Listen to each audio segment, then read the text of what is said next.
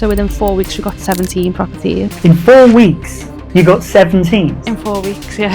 Shannon Senior is a nurse turned property entrepreneur, managing a £4 million property portfolio. She's a mental health advocate and a leader in the Samuel Leeds Academy, helping others build wealth whilst championing resilience and well-being. So how many properties have you got? 24 at the minute. Well, I've just took on 25th. What is a rent-to-rent for people who don't know? Rent-to-rent is a property that a landlord is happy for you to rent off them to then rent out to the public, contractors, companies, whether that be on Airbnb for short-term lets or professionally, like corporate lets to companies. Would you recommend the Academy to people? 100%. I've just actually signed up for my second year now, purely for the networking and the people that I've met. If there's anyone out there who is struggling, what would be your advice or message to them? Just speak to somebody, no matter. It doesn't have to be someone who is close to you.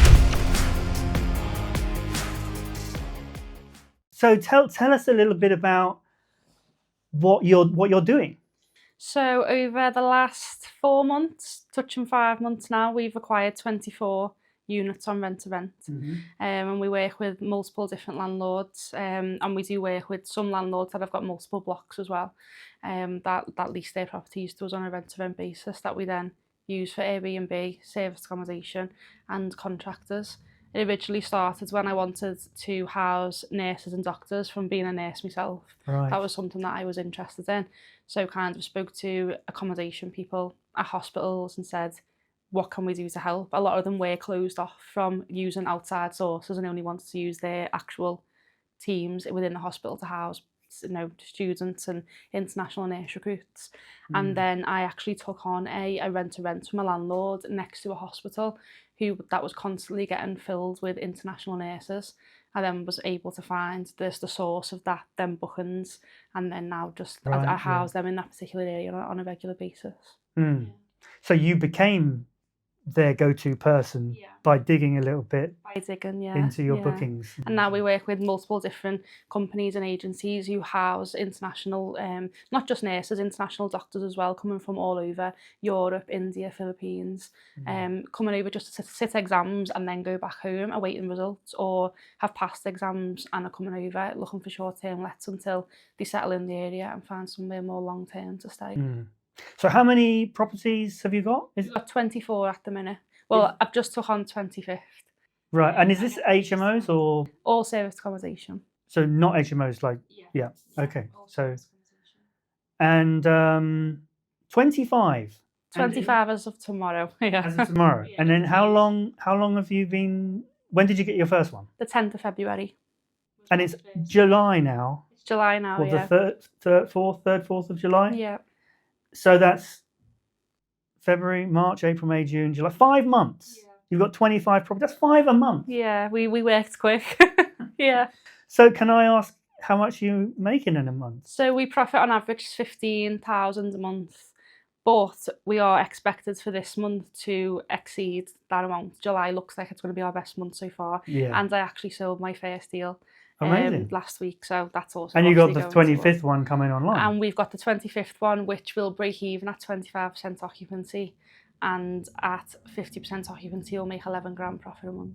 That one? That one. Yeah. 11,000 a month? Yeah, it's a 10-bedroom beast of a property in Wales. So you're going to be making £26,000 a month? I hope so, yeah. We'll get back to the interview in a moment. First, do you ever feel like the system is designed to keep you broke while the rich get richer? Well, we're here to help you flip the script. Our podcast and newsletter breaks down the 4 phases of wealth. Ditch bad debt, make your money work for you, take smart risks, and systemize for true freedom. If you want tips and exclusive content to build your wealth, click the link in the description to join our newsletter and take your first step to becoming self-unemployed. On something that you've built in 5 months. Yeah, that's insane. Yeah, and I think from where I was as a nurse, the wage slip was, I'd done the guest speaker in Liverpool, and I put my wage slip on the screen. I was transparent, and I said, "This is what I was a senior nurse. I wasn't. I know a band 5 staff nurse. I managed a team of nurses. I was the go-to person if anything happened, and I was only getting 2,500 max a month for 6 days a week, 12-hour shifts, stress." you know, all that everything that comes 6 along days a with week, nursing. 12 hours a day. Yeah. So you're yeah. doing 60, A lot of 72 hours a a week, lot a of month. hours, yeah. And I'd always be the A person, week, if 72 hours someone a week. called in sick, I'd be like, I'll stay, no problem. And then I got burnt out. And now I make money and I think, wow, my life's completely different. But I get that imposter syndrome of still feeling like I'm still in that place back then when I've come so far from where I was before. In a very As a short space person, of time, professionally and personally, yeah. So you're not working as a nurse anymore? I've left my job now, I would too if I was making 25 grand a month. Yeah. Yeah, well, that's amazing. I had no idea. Because now, yeah, we'll get more into the story because I've met you a long time ago. But yeah, we sort of lost touch in a way.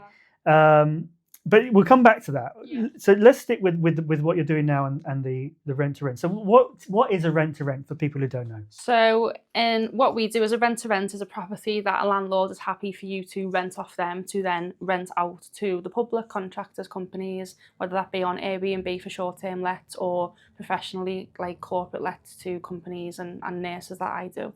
And then you pay them a guaranteed rent every month. And we work with numerous landlords that like the idea of getting a guaranteed rent every month. We look after the property, we clean it regularly. They can come and inspect it when they like, obviously with notice.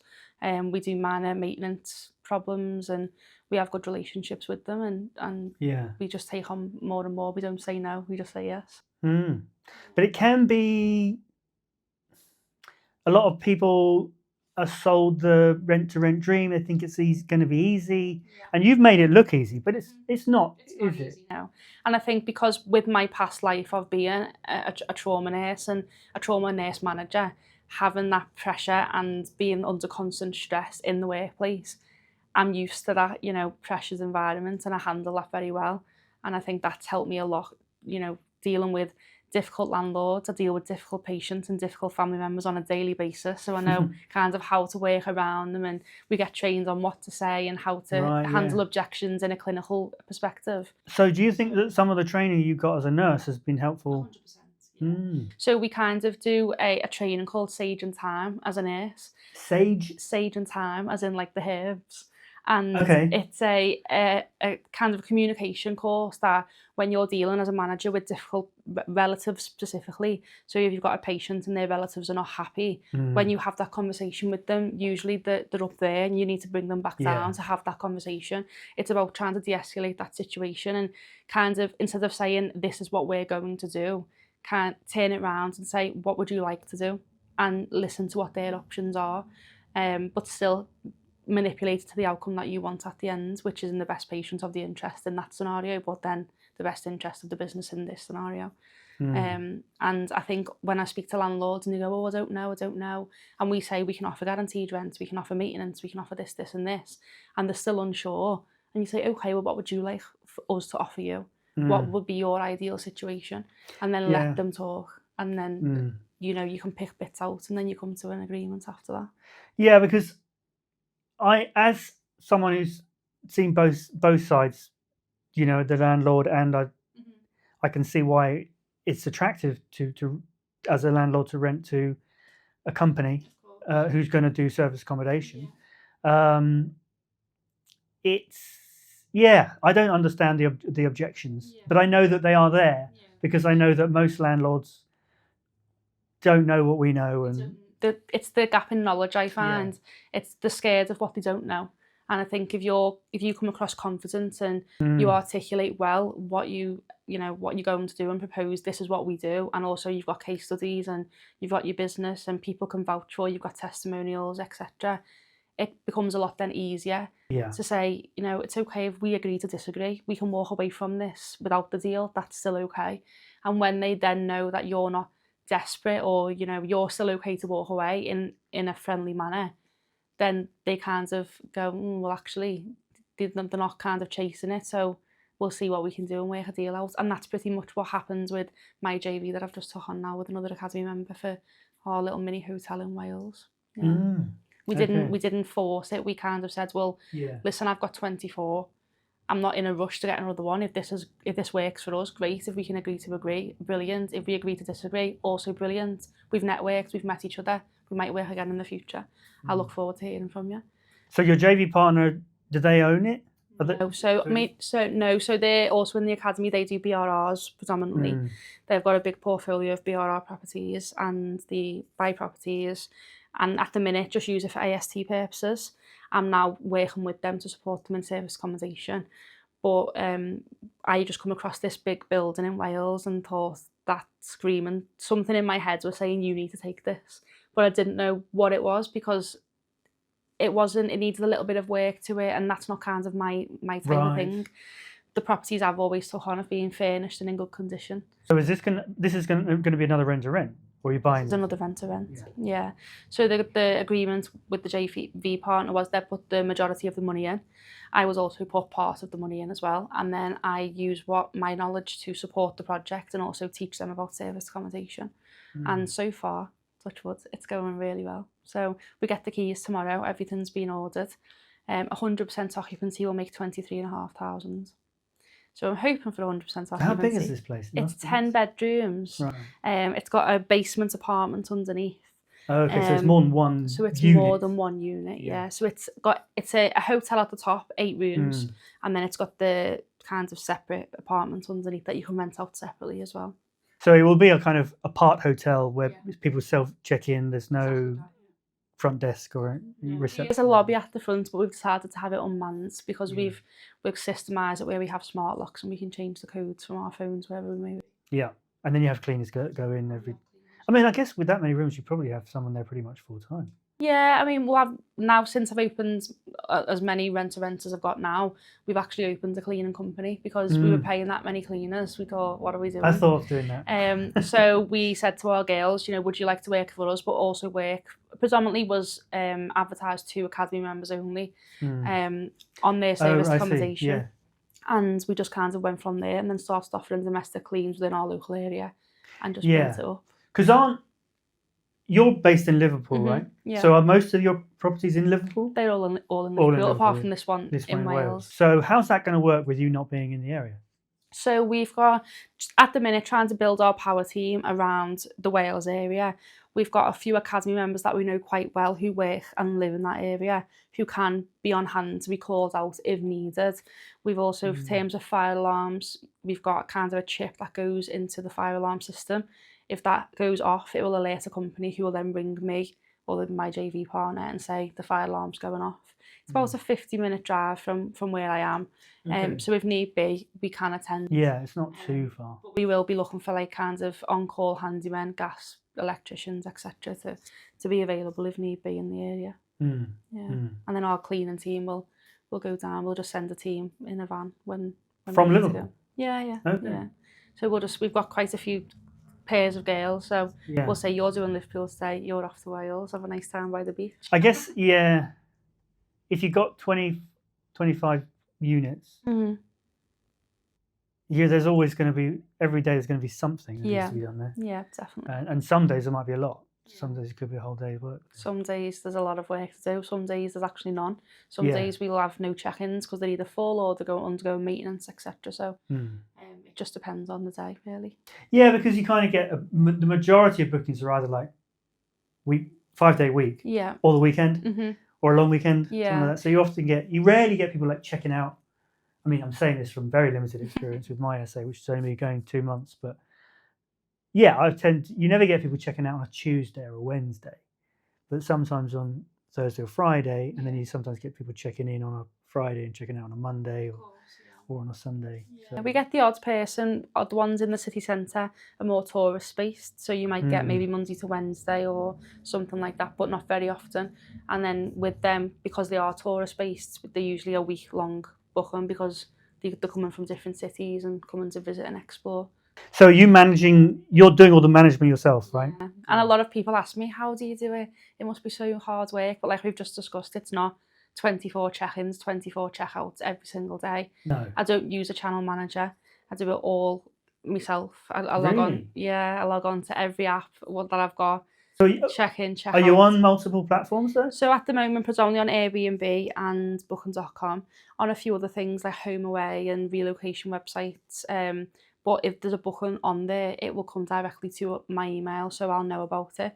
And then I have a calendar on my phone that I just, anyone that's on them websites, I'll put into the calendar. Anyone on Airbnb and booking.com will just stay on there, and I'll check the maps on a daily basis.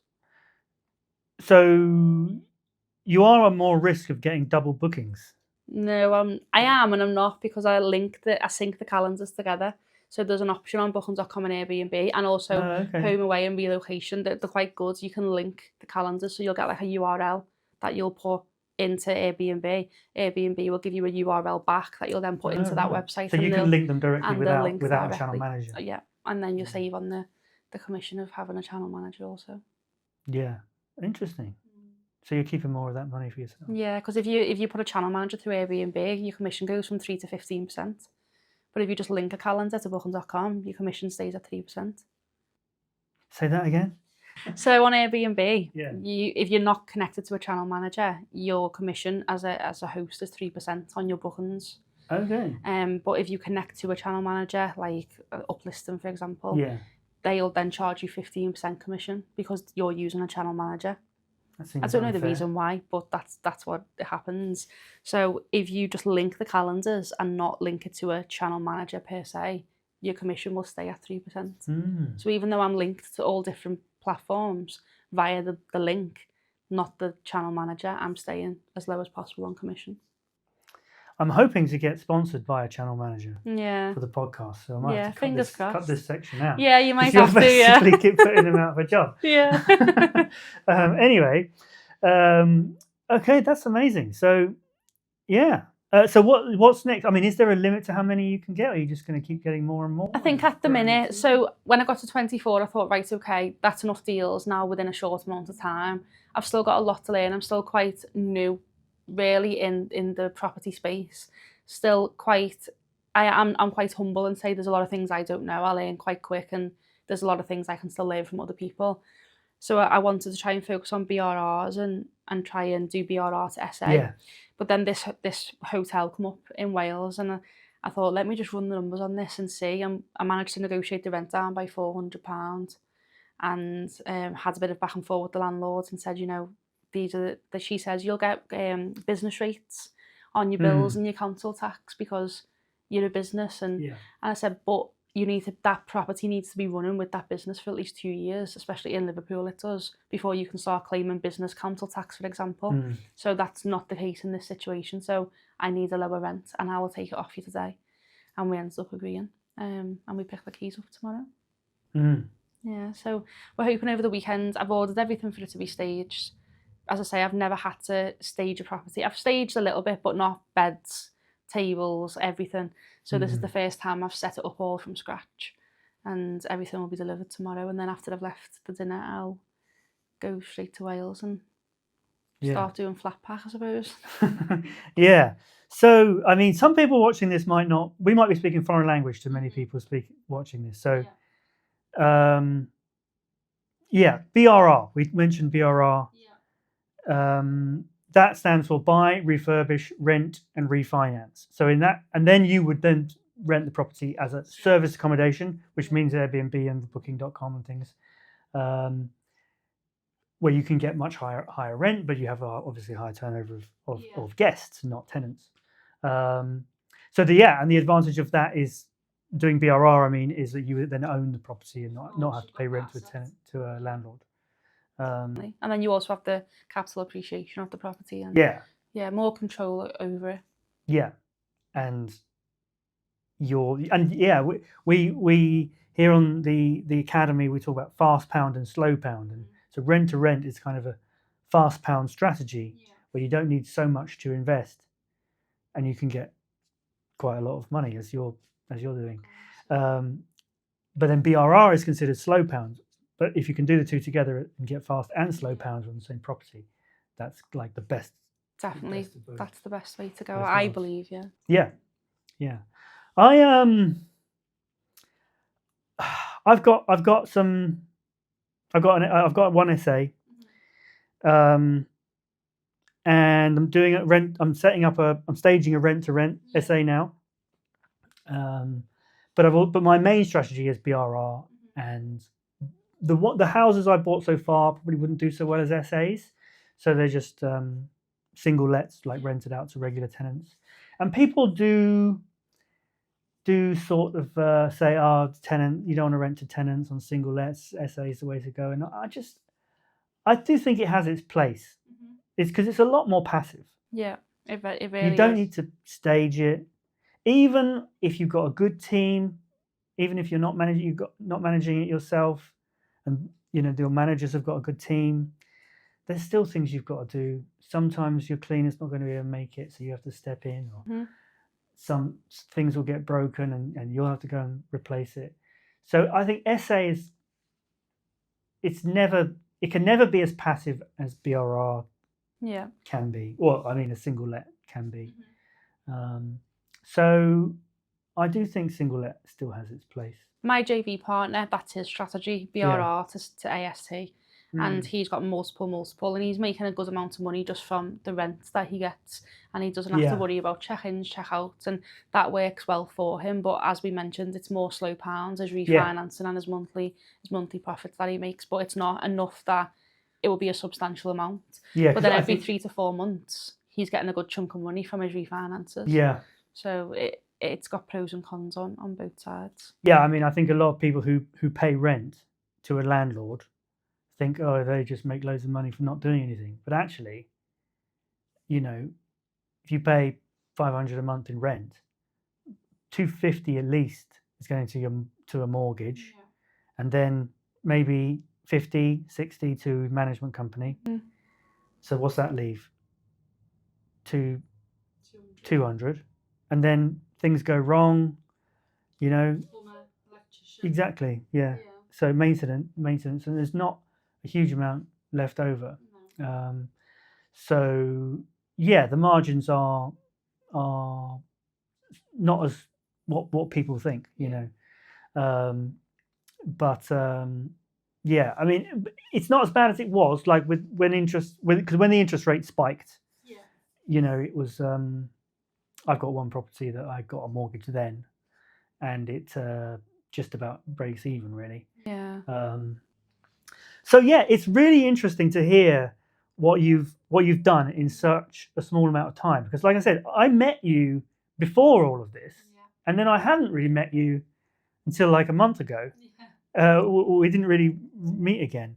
So when we met, you were on your first training, your first 4-day training, advanced training on the Samuel Leeds Academy. You had joined because it was at the dinner. Yep, June 2024. Yeah. June. So okay, so just over a year ago. Just over a year ago. Yeah, and you've done really well on those 4 days and got some like lease option agreements. In theory. Yeah, so we managed to get a lease option agreement agreed, but that unfortunately, after going back and forward, that fell through last minute because the person decided to just sell the property. Right. Which was fine. And in hindsight, everything happens for a reason. I don't think I would have been in the position I am now if maybe I would have took that lease option on, and I wasn't as knowledgeable as I was now than I was before. I think when you first join the academy, you're just eager to get started, and you just jump in without really looking at the bigger picture. Whereas now you've got the knowledge, you've got the network, and you've got the people around you to say, right, hang on, just stop. But you can say yes to everything, but then just take time after you've said yes to figure out what you want to do next, and don't just jump and make a mistake. Yeah. I mean, I took my time and didn't. I mean, I was already doing a little bit in property, but when I first joined the academy, I thought I'm not going to get too. I want to do at least the 4-day trainings in the first 3 months, absorb that, get to know some people, because it's quite overwhelming. When you first join the academy, you get loads of emails and invites to things, and there's a lot to learn. Yes, and there are people, I think, who they do the BRR training, and they're like, oh, and they spend a month trying to get a BRR. And it's not a long time, and it's not easy. And then the next month they're doing the service accommodation training, and they're like, oh, actually, I want to try service accommodation instead. And I don't know, there's sort of what do they call it? Shiny. They're just going after the new shiny thing, which is okay, because then you do get a bit of experience and everything. But there's something about trying to get more educated. I just done my 3 trainings back to back, Yeah, me June, too. July and August. And then August, I disappeared. Yeah, so I met you in June, and you'd done really well, and it was amazing. You'd got these lease options, and it looked like you were going to make as much money in that 4 days to pay for your whole academy year. And then I think I saw you the next couple of months, but then you sort of disappeared. So do you want to tell us what happened? Yeah, so I had my daughter in January 2024, and when she was about 10 weeks old, I think it was March time, me and my husband went to the crash course. So my husband's always been big in property. He said very interested in property, should I say, wanted to quit the 9 to 5, wanted to be financially free, but never took the steps to. Then we had our daughter, and he said, right, we need to do something about this now. He's a mechanic by trade, I was a nurse, we both work in long hours, and I was just kind of like, well, yeah, I've just given birth, I don't really want to do a new venture just yet. And he was like, well, let's have a night off, go to the crash course, and then we'll see what you think. So we went to Birmingham crash course in March, and he was like, what do you think? And I was like, well, actually, yeah, he seems okay. And he said, right, okay, let's sign up for the training. We'd just refinanced our house, so we had a big pot of money there, and he said, we've got the money, let's just do it.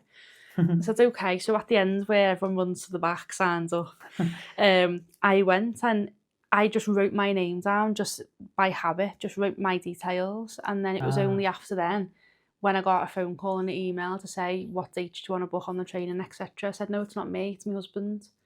And he said, well, actually, you're on maternity leave, so why don't you just do it? It must have been meant to happen. So I said, Okay. I don't really know nothing about property, and you found Samuel, not me. I don't watch YouTube. I don't know what I'm doing. He was like, you'll be fine. You just go, learn everything, and then tell me afterwards. So I said, okay, off I go then. So Lily then was about 5 months old, I think, when I came to the first dinner. Was still trying to navigate being a mum, but kind of in the back of my brain was thankful of a break for a few days. Came here, done the training, and then went back home, came back the next month, and so on and so forth for the next 3 months. And then I just went into a really, I think from when I had Lily, I'd had postnatal depression. I had a condition where only 5% of women in the UK have, where they don't believe they're pregnant in the first place. So I went through my whole pregnancy not believing I was actually about to give birth or become a mum. So because I was so career focused, I was doing my master's degree, I finished my nursing degree, I was doing so well in my actual nursing job, nothing could ruin that. That was my bubble, that was my life. Yeah. Then along came pregnancy and Lily, and my whole life turned upside down. It's just a big shake up. What am I going to do? Yeah. I don't have a village like a lot of people do. I don't have someone to mind it or to look after it while I went back to work, and that caused me a lot of stress and anxiety. In a way, pushed me more to be successful because I wanted to in the end, spend a lot of time with her. And then after going to the crash course and coming to the training, it was apparent that I didn't have that bond with her as much as a normal mum would. And then started going into property to take my mind off that issue of not bonding enough, and just went into a spiral of postnatal depression for quite a long time, really, and didn't do anything property, didn't speak to anyone. I was having phone calls from the success coaches and cancelling them, rebooking them, cancelling them. And in the end, I got a phone call from Patricia, and I said, listen, I need to be honest with you. I'm struggling really bad with my mental health at the minute, and I don't think this is something I want to do right now. She says, okay, that's fine. You need to take your time, but we'll get back together and we'll see what we can do. Do you want another business planning meeting potentially and see what's in your brain? So I did. I had a meeting with Simon, and sometimes as a man, I like speaking to a man, you think, do they genuinely understand the hormones and everything that? And Probably not. He was amazing, Simon. Okay, He said, this is your feelings, they're valid. Yeah. You do what you need to do. And I got simple but effective goals written down to say, this is what I'm going to achieve. And just little by little, just chipped away at them small goals. And my brother said, you've joined this academy. At this point, it was February, so I've been on the academy June. I'd not done anything for over 6 months. And he said, you've paid for this academy. What are you going to do with it? I said, I don't know. I said, I might just have a little look on Rightmove. And he said, why don't you come out and spend the day with me? So he owns a care company. So I spent the day in his office. Again, depressed and just not really interested. But as a nursing manager, wanted to help him any way I could, so sorting files and whichever I needed to do. And then he just bought a house that he was turning into a children's home. So he was doing BRR to children's home, I suppose, but for his own company. So just kind of got interested in that a little bit, seeing what he was doing, because he'd done it without any training. He just bought the house and done it up to Ofsted standards with all, it's similar to HMO, fire doors, interlink and fire alarms. And I just started looking on Rightmove one day and thought, right, I'll have a little look. And then I found my first deal. That was the 10th of February. I signed that deal, which was just a 2-bed house right in the middle of Liverpool city centre, through an agent. And went and spoke to them and I said, this is what I'm looking to do. They said, fill the application form out, we'll get back to you. It was already actually an Airbnb, but then the lease for that previous company had ended and they didn't want to take it on. And an absolutely gorgeous property, staged so well, didn't have to touch it at all, just take pictures and list it. And the landlord was actually a GP. So he was like, well, are you a nurse? I said, yes. And he said, okay, let's give it a go. And that's my best profitable service accommodation to date, still makes rounds on that. So you think that being a nurse helped because the landlord was a doctor? 100%, yeah. I've got that rapport, but that makes £1,600 a month profit clean. Probably like last month it made 2,000 a month profit. That's my first deal has always been my best deal.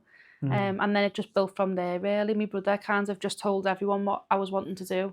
And sat me in front of landlords, whether I liked it or not, and said, talk, just be open and honest, be yourself, be genuine. Say this is what you want to do. I might make mistakes, but I've got my head screwed on. I want to succeed. And the next landlord I met gave me 6 properties, just straight after the other. So that's how you're able to get so many so fast. And we just scaled quick. So within 4 weeks, we got 17 properties. In 4 weeks? In 4 weeks, yeah. You got 17? 17 deals across with landlords, and it went a bit crazy. And because I was so impressed with you when I first met you, and you'd got these lease option agreements. And okay, they didn't work out, but then there's something about you that is just a magnet for success. I just try and I've always been an overachiever all my life. I've always strived for the best. I joined the army when I was 16. I wanted to be a combat medtech, which is basically a paramedic, but in military terms. And then come out and went to nursing. And I've always just wanted to achieve, and always just kind of make myself proud and say I've done this for me. My mum, she had cancer when I was 16. She then had a brain hemorrhage when I was 20, and I thought, right, okay, you need to stand on your own 2 feet now. This is you need to do it. And I always just think, if my mum could say, like, if my mum could understand and go, oh my God, you're doing so well, that's what I strive to do. And then obviously became a nurse. I became the youngest clinical manager in Manchester at 22. At 24, I was the first clinical manager of a COVID response unit, which was the Nightingale in Manchester in GMX. So I was the clinical lead and face of that, managed 610 beds, 250 staff at 24 years of age. And then done my master's degree, give birth, got married, and now doing property. So I just constantly always strive for the best. Failure is not an option for me. It just never has been. I wouldn't accept it from anyone. I don't accept it from myself.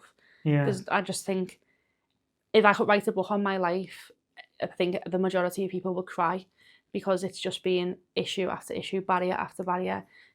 Being 16 and sitting your GCSEs, and your mum's going through cancer and chemotherapy, and then a few weeks before your 21st birthday, your mum's in intensive care having brain surgery and never going to be the same woman again.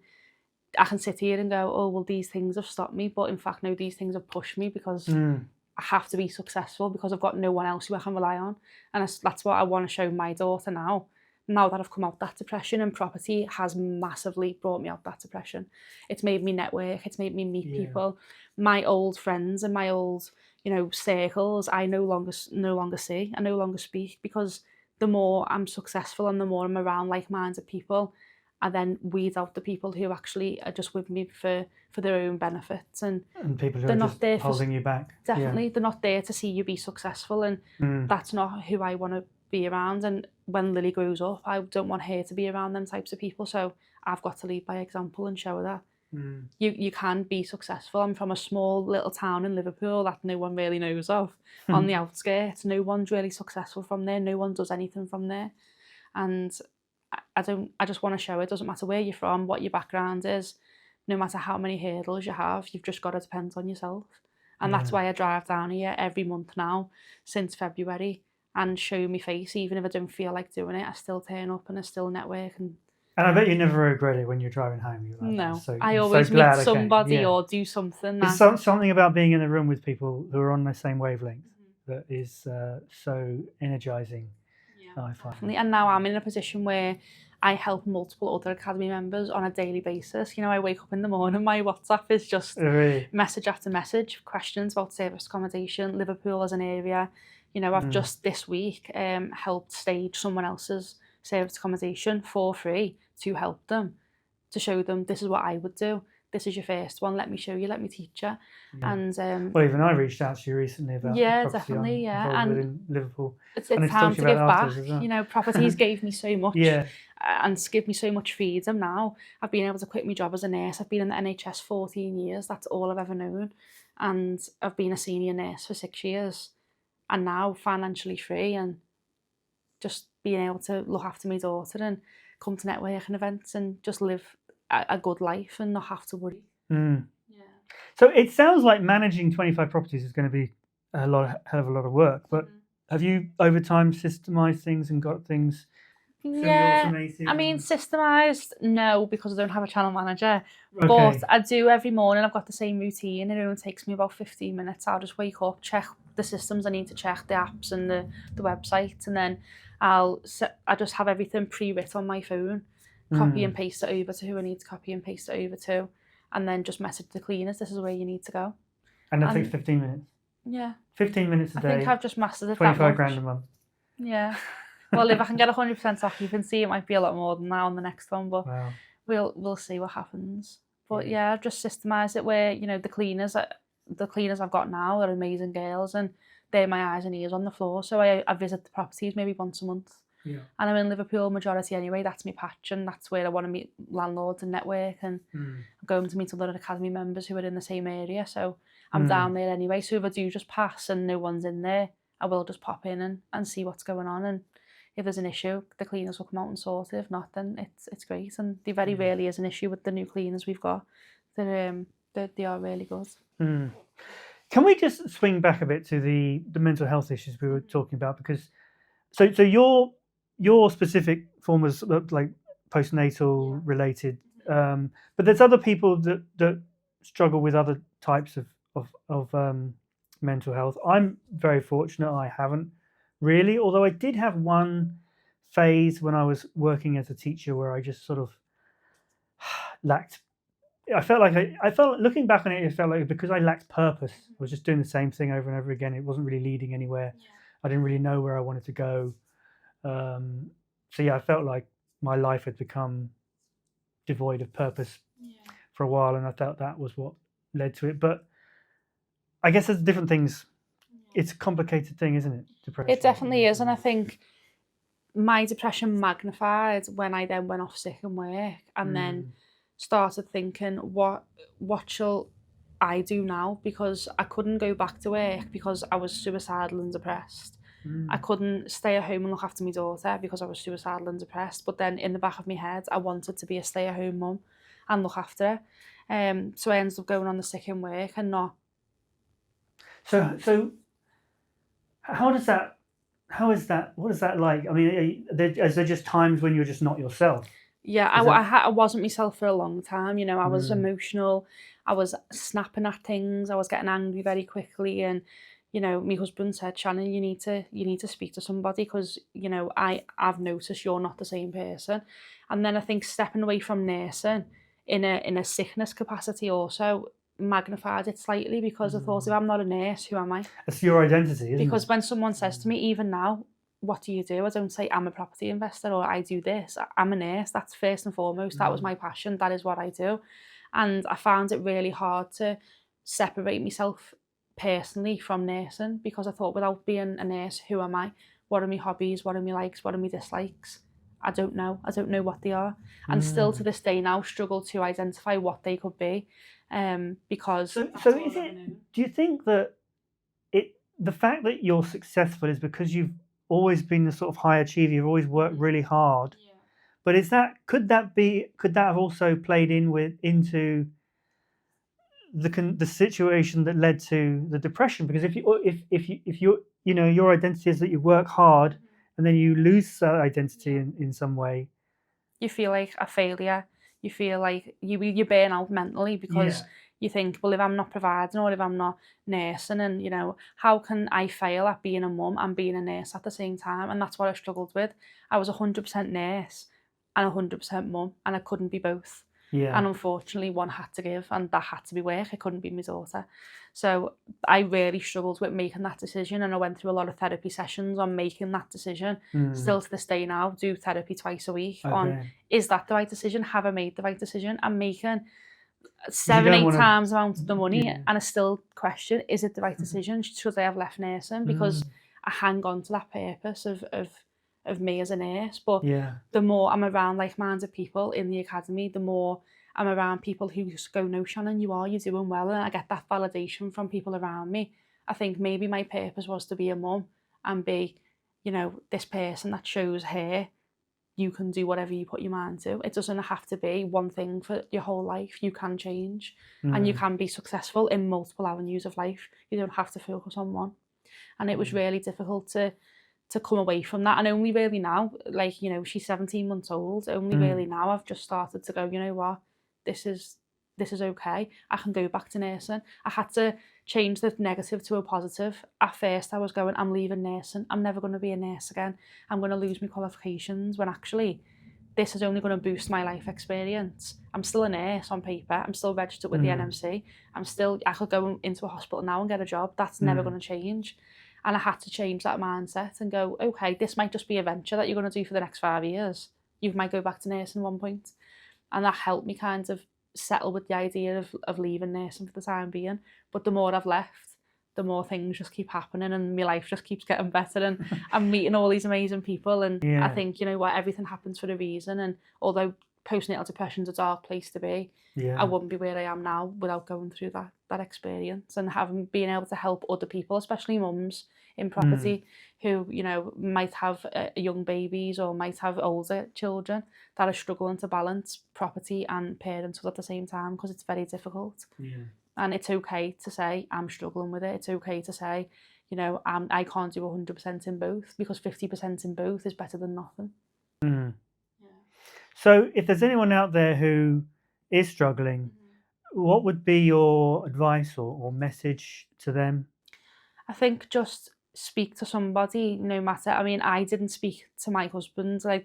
My advice would be speak to anybody. It doesn't have to be someone who is close to you, because you struggle again with that failure and that, oh my God, I'm being vulnerable to people.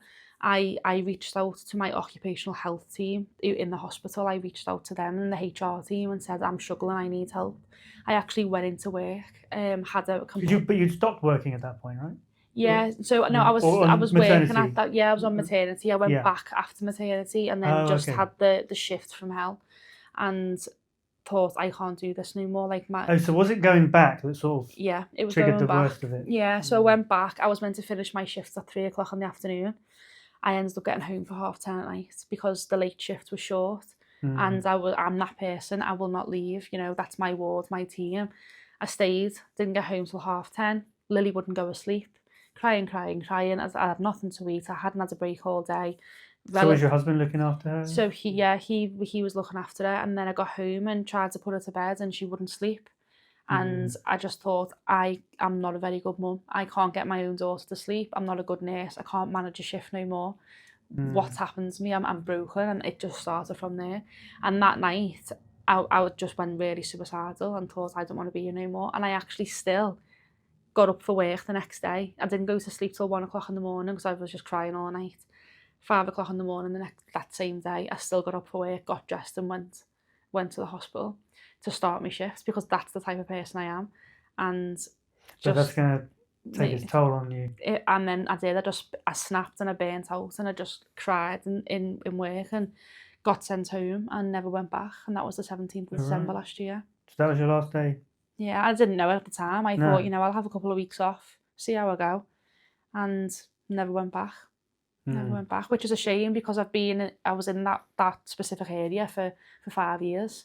And I never got to have the goodbye that I wanted to, and I never got to have the send off that I wanted to. And I put so much time, effort, blood, sweat, and tears into creating the perfect area in my hospital. And my area was seen as the exemplar area, and to just walk away from it without, I suppose what I'd done with the academy, I just walked away and without a trace. And I'd done exactly the same things that NHS and focused on myself, focused on mindset, focused on accountability, focused on being a mum. And then the business came after that. And I just used what I've learned and how I felt to excel that. And when I speak to landlords, I'm honest about the journey I've been on. And, I always mention I've got a daughter. Sometimes she comes with me. You don't have childcare, it happens, you fall through. That's part of being a mum. You have to take them with you. And especially the JV deal that I've just done, I took Lily to the viewing, and the estate agent and the landlord, they had children, and we managed to have a good conversation about kids and build a little rapport through that. So not always a bad thing taking your children with you on viewings. No.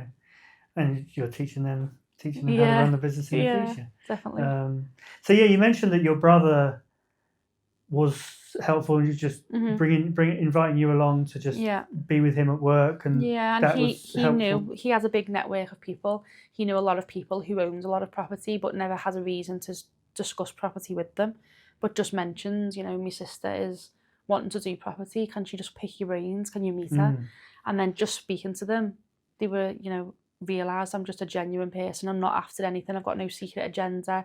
I'm not sitting here wanting a deal. I don't ask for deals. I just want to know knowledge and meet people, and the deals just followed after that. And landlords spoke to landlords, and the next thing now I'm getting phone calls from people who I've never met before, asking to work with me, asking if I'll take a property on.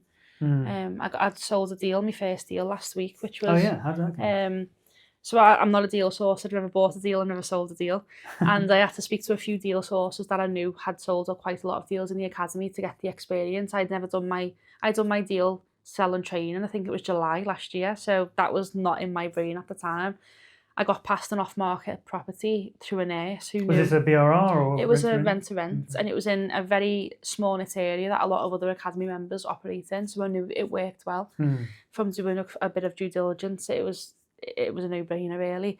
I just don't have the capacity to take it on myself with doing the JV and a lot of other things. So I thought it's a shame to pass it up. I'll go and meet the landlord. And it was through a nurse that I know who her friends had bought the property, but unfortunately she wants to turn it into a HMO herself, but her dad had died just little after she bought it, so she had to fly back to Africa where she was from, and then had this property which was going to lose her money. So the nurse said, I know Shannon, she does property, she's a nurse as well, I'll see if she'll come and have a look. And I did, and within 24 hours that deal was sold, staged and listed. So it wasn't on the market, it was just that they'd had to abandon it because of their situation, and someone knew them and knew you and put you together, and so that's the importance of networking. And I went to go and view the property. I then spoke to a couple of investors that want to buy deals off me that I don't have because I don't sell deals, but they're very keen to work with me. So I messaged a few of them and said, this is what I've got, are you interested? Within 15 minutes the money was in my bank account, and I went and collected the keys, got the contract signed. I was actually at Alton Towers with my daughter, and I was on DocuSign while I was in queues and stuff, still sorting it out. And then we staged that. It sounds like you spend a lot of time on your phone. Yeah, I do. But my husband will probably agree with you on that. He always says, put your phones on. But that's how I make money at the end of the day. And now speaking of your husband, you mentioned that it was his idea to go to the crash course. Yeah, it was. And you just, without thinking about it, put your name down and then you thought, maybe it should have been his name. Yeah. So how does he feel about is he involved in the business, or? No. He's left behind, and he'll very openly say he's left behind. How does he feel about that? Or I think he's happy that I've been successful in property, and as we say, everything's meant to happen for a reason. and he's now looking at leaving his mechanic's job and maybe coming on the property full time. But we don't want to do that just yet, because a lot of people say, well, why don't both of you quit your jobs and do it? But because we've only been doing it for 5 months, you can lose everything as quick as you can get and it. it is quite seasonal. Essays. It is. So you might find in November you don't make Yeah, half what you're making now. definitely. So I said, you stay in your job, and we'll see what happens over the next 12 months and just go from there. Yeah, give it at least a year. He's done he came to the crash course and he's learned from there, but got an interest. He's in not it. really involved in a sense. I'll ask his opinion on a few things and he'll give me his opinion, but ultimately I just do all the business side, and he just lets me crack on with it now. And it's funny when people ask, because I never wanted to do this and now I'm doing it, and it's the best thing. So you got sort of sucked in accidentally? Yeah, purely just because I was on maternity leave, and he said, you've got the time to do it. Lily was very small. She didn't really do much. She just laid there.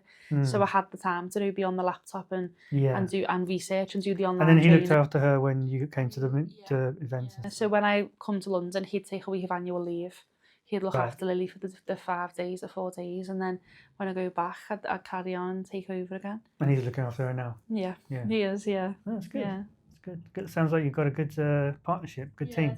Definitely. Yeah. So, so we've been talking about Samuel Leeds. We should have made that more clear. Yeah, of course. We met at one of the Samuel Leeds Academy dinners. Would you recommend the Academy to people? 100%. I've just actually signed up for my second year now, purely for the networking and the people that I've met. I feel like I wasted 6 months of my Academy membership last year. Granted, I've done the training, but how much of it did I really take in? Probably not a lot, because I wasn't in the right frame of mind. But I'm determined now, this year that I've just signed up for is going to be the year that excels me in my business and property journey. I mean, when you think about it, the associate membership, which is your second, third, fourth, and any year after your first year, is so much better value. Yeah. Because the only thing you don't get is the 4-day trainings. Yeah. The three sets of 4-day training, which you've done already. So you don't need to do them again. Yeah. And you can actually do them, but at a big discount. Yeah. So I think that they keep it that cheap, because then you're actually the members who have got more experience are then actually bringing value back. Definitely. And now that they've got all the inner circles and things, there's so I much lead more. the Liverpool Inner Circle, and the leaders of the Liverpool Inner Circle. So there wasn't one in Liverpool, and I thought, Liverpool's such a big city, why does it not have an inner circle? So Carl, who's one of the Academy members who lives over the water in the Whittle, he said, should we do it together? I said, okay, let's do it. And we get on average around 45 people turn up a month. That's a lot. It's very busy, and you meet a lot of people there, and I find a lot of value in networking. When I first came, the dinners and the inner circles are the most important part. Yeah, and I think if you're new to the Academy, that's very daunting. You're in a room full of 500 people at one point. But once you've been to one or two, you get to know familiar faces, and they're kind of your safety blanket. So we have a little joke in the Northwest. There's quite a few of us on the Academy in the Northwest, and when we come to the dinners, we kind of find each other again halfway through the night to recharge our social batteries, and we just kind of relax, normal, just a bit of Northwest banter, and then we'll go back out again and do what we need to do. I'm not an extrovert. I'm not an extrovert. Like I like socializing. I do find, like I said, I like it in the Academy. I don't necessarily like it so much out in other places, because there's not that unity of. We don't have that thing in common. We're not on that wavelength. Yeah. And when you're not on the wavelength, that's what's draining. When you're not on the same wavelength as the person you're forced to socialise with, that's what becomes draining for me. But even here, I do sort of sometimes need to just go and sit in my car for a couple of minutes just to get my energy definitely. back. I think that's especially the dinners, because they're very busy. 300-400 people. The inner circles are a bit less intense, which is nice. And they are usually the regular people that you see on a monthly basis, so you do feel a lot more comfortable doing that. And I think if I went to my hometown in Liverpool and said, I've got 24 SAEs, everyone would go, great, good on you. But if I come here and say I've got 24 SAEs, everyone's, wow, amazing, you've done so well, And I think... So hang on, when you say back in Liverpool, they say, oh, wow, great, they'd be like, As in, good for you. Like, we don't know. they don't understand what you're They talking don't about. understand, Yeah. or they're envious, or they're jealous, or Yeah. whatever it may be. They're not Or supportive. They don't. Yeah. And I think coming here in this environment, okay, I have to drive today 5 hours to be here, but the boost that it will give me today, and the people I'm going to meet today will excel my next 4 weeks in property. And you never know. I might meet someone tonight who it might be another Your JV next partner. JV, yeah. It might be someone I sell a deal to or buy a deal off. And I think coming here is just so worth it. It's a long way to come, but it's value that you get from it. Hence why I've joined the academy for another year. Yeah. But I have got a lot to catch up on because I missed 6 months of it. So yeah. Yeah. But yeah. No. I mean, you say you got a lot to catch up on. You're way ahead of most people. That's the imposter syndrome in me, I think. Yeah, no, you're doing amazing. So, okay, so if you are interested in joining the academy, there is a link in the description. It all starts with the crash course, which is just £1. So you've got nothing to lose, really. You'd be an idiot not to when you see, how much people are getting out of it. Anyway, well, thank you for watching, Shannon. Thank you so much for coming on. It's been we've been talking about it for a long time. I think we actually talked about it last year. Yeah. But now we've had so much more to talk about. Definitely. Everything happens for a reason, as I say. Yeah. So thank you for coming on. It's been a really good talk.